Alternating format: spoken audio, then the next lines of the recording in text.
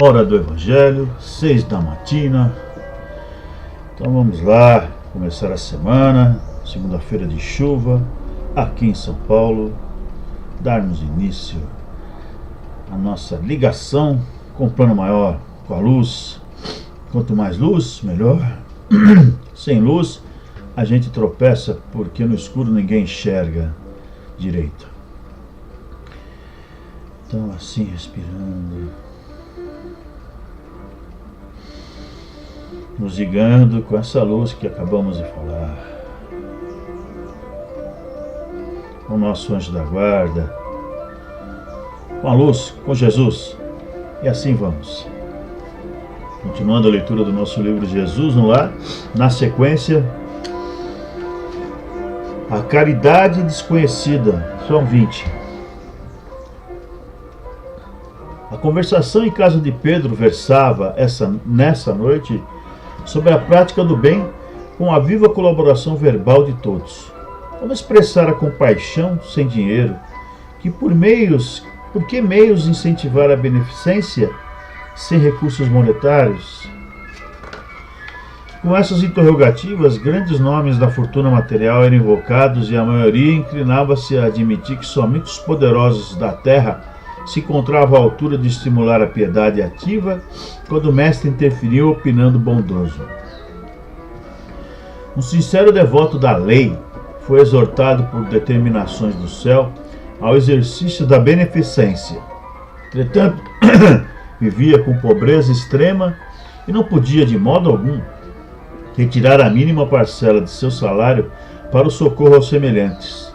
Em verdade, dava de si mesmo quanto possível, em muitas palavras e gestos pessoais de conforto e estímulo, e quantos se achavam em sofrimento e dificuldade, porém magoava-lhe ao coração a impossibilidade de distribuir agasalho e pão com os andrajosos e famintos à margem de sua estrada.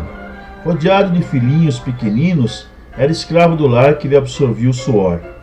Reconheceu, todavia, que se lhe era vedado o esforço na caridade pública, podia perfeitamente guerrear o mal em todas as circunstâncias de sua marcha pela terra. Assim é que passou a extinguir com incessante atenção todos os pensamentos inferiores que lhe eram sugeridos. Quando em contato com pessoas interessadas na maledicência, retraía-se cortês, e respondendo a alguma interpelação direta, recordava essa ou aquela pequena virtude da vítima ausente. Se alguém diante dele dava pasto à cólera fácil, considerava a ira como enfermidade digna de tratamento, recolhia-se à quietude. Insultos alheios batiam-lhe no espírito à maneira de calhaus em barril de mel, porquanto, além de não reagir, prosseguia tratando o ofensor com a fraternidade habitual. A calúnia não encontrava acesso em sua alma, de vez que toda denúncia torpe se perdia inútil em seu grande silêncio.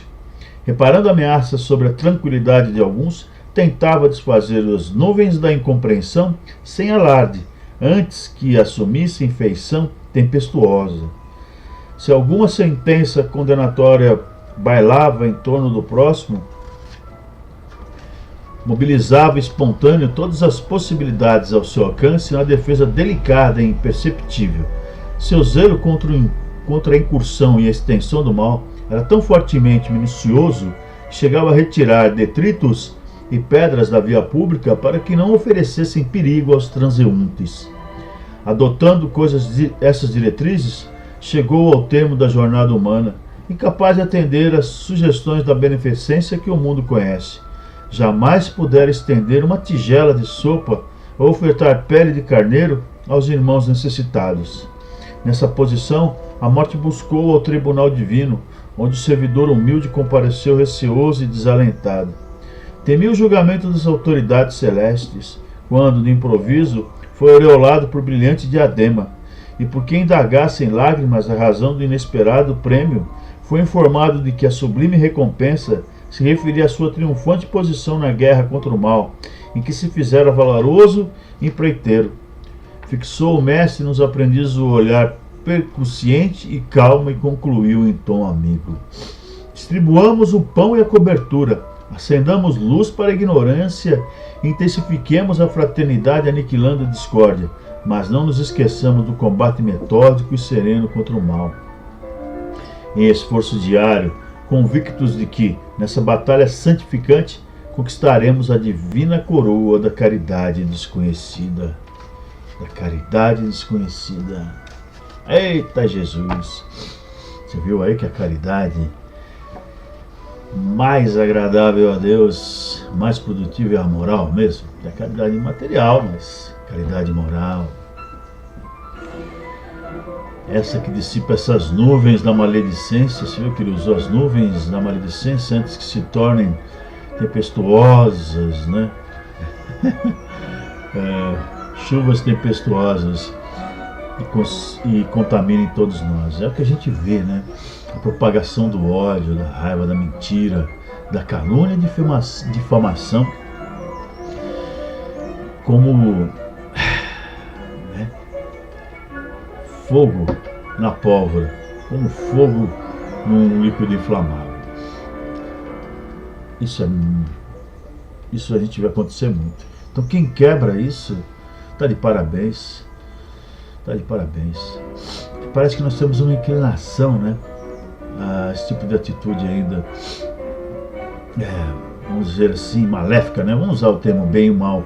Então essa luta contra o mal, que não é a pessoa em si, as ideias, falas, que não é realmente a pessoa em si, não é mesmo? Percebe a diferença entre alguém que hoje está aí a ser maledicente e amanhã talvez não seja mais, porque acreditamos na sua essência, no seu aprendizado, na sua essência divina, na sua capacidade de aprendizado e, enfim, na sua transformação interior, para que no futuro seja uma pessoa mais justa, mais equilibrada. Isso nós acreditamos. Lógico, enfim. Então a gente combate esse mal, né? Combatemos a maledicência, levando uma palavra amiga, combatamos a agressividade, sendo mais cordiais, mais mansos, mais firmes, né, nas nossas convicções do bem e do amor. Essa é a recomendação. E isso é caridade. Isso é caridade. Sermos bem-aventurados os mansos e pacíficos, bem-aventurados os misericordiosos, bem-aventurados os humildes, né? Bem-aventurados os puros de coração, bem-aventurados os que têm sede de justiça. E assim caminhamos, né? Agradecendo essa mensagem bacana de Jesus, temos noção da caridade moral, como ela é importante, mais bonita aos olhos de Deus, a mais produtiva. E assim vamos novamente assim buscando contato com o nosso anjo da guarda, com os nossos mentores, guias e protetores, Pai Francisco, Mãe Maria, Jesus, pedindo muita luz ao nosso entendimento, aos nossos pensamentos, e ao Pai Criador. Vamos nos unindo a essa luz suprema do universo, através da prece. Pai nosso que estais nos céus, santificado seja o vosso nome. Venha a nós o vosso reino, seja feita a vossa vontade, assim na terra como nos céus. O pão nosso de cada dia nos dai hoje, Senhor. Perdoa nossas dívidas, assim como perdoamos aos nossos devedores. E não nos deixe, Pai, cair em tentação, mas antes nos livre de todo mal. Pois são teus o reino, o poder e a glória para todos sempre.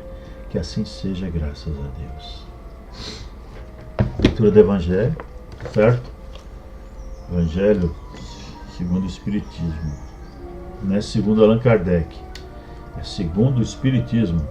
Porque isso aqui é fruto das comunicações, frutos do ensinamento que vem do alto. 75, pelos espíritos endurecidos, todos nós, né? Vamos lá, 75, prefácio. Os maus espíritos são os que ainda não foram tocados pelo arrependimento, que se comprazem no mal e não se sentem nenhuma pena pelo que fazem, que são insensíveis às repreensões, repelem a prece e frequentemente blasfemam contra Deus. São essas almas endurecidas que, após a morte, se vingam dos homens pelo sofrimento que suportaram e perseguem com seu ódio aqueles a quem detestaram durante a vida, seja obsedando-os, seja perturbando-os com alguma falsa influência. Capítulo 10, número 6 e 12, número 5 e 6.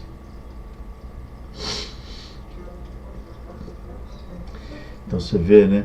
Vamos à prece? Ou ainda não continua, né? Nossa, o prefácio é bastante comprido ou não? É. Entre os espíritos perversos há duas categorias bem distintas: a dos que são francamente maus e a dos hipócritas.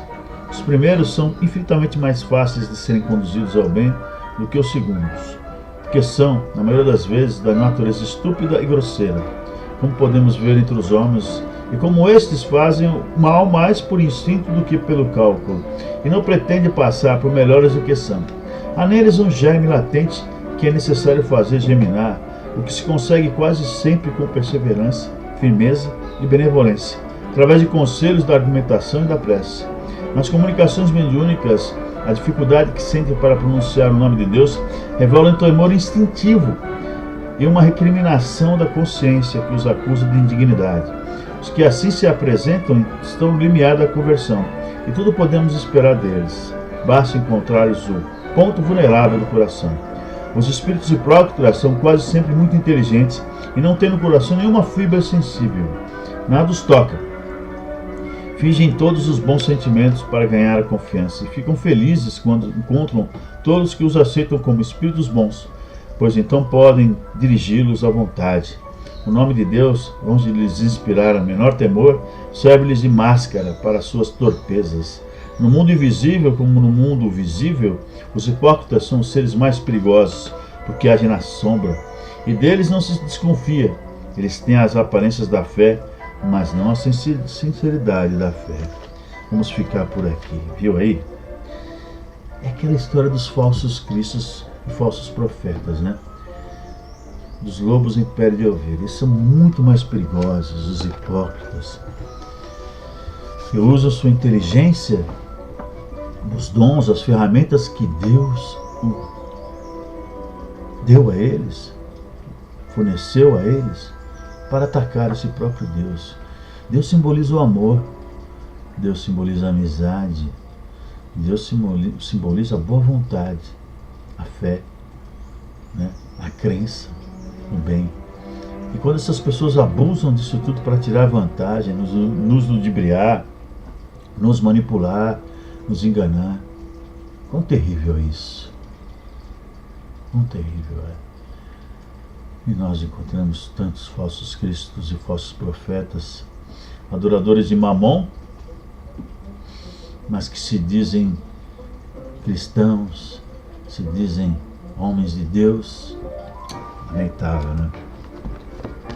Lamentável porque, inclusive, afasta aquelas pessoas que poderiam contribuir, né, com a fé, contribuir com o mundo. Afasta-nas e passando-lhe as imagens de que quem é religioso é fanático, é estúpido, ignorante, é frágil intelectualmente, né? É uma desgraça, né? Uma desgraça. Então, combatamos a hipocrisia com luz. E vejamos lá, aquele mais endurecido, espírito endurecido, aquele que é bruto, esse está mais fácil, né? Melhor para entender a Deus, porque não é hipócrita. Ele é sincero, ele basta ele não está vendo a Deus no momento, né? Muito mais do que o outro que já viu e acabou se transformando no hipócrita, no falso profeta, no falso Cristo, certo? É interessante essa mensagem. Bom, vamos agradecer então. E vamos lá, hein, gente? Sinceridade, sem hipocrisia. Vamos em frente. E assim vamos. Lembrando muito amor, luz e força pelo bem universal, pela paz universal, paz na terra. Paz entre todos os povos e nações, especialmente aquelas nações de maior violência, conflito, como o nosso Brasil.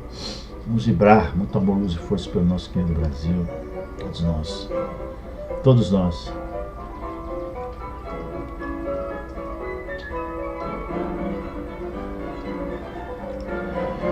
Vibrando por todas as famílias, por todos os lares, especialmente aqueles em desarmonia,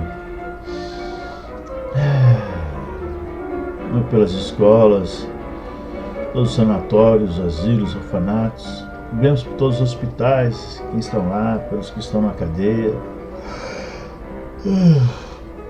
Vibremos todos os quartéis, delegacias, vibremos por todos que estão lá. Vibremos pela paz.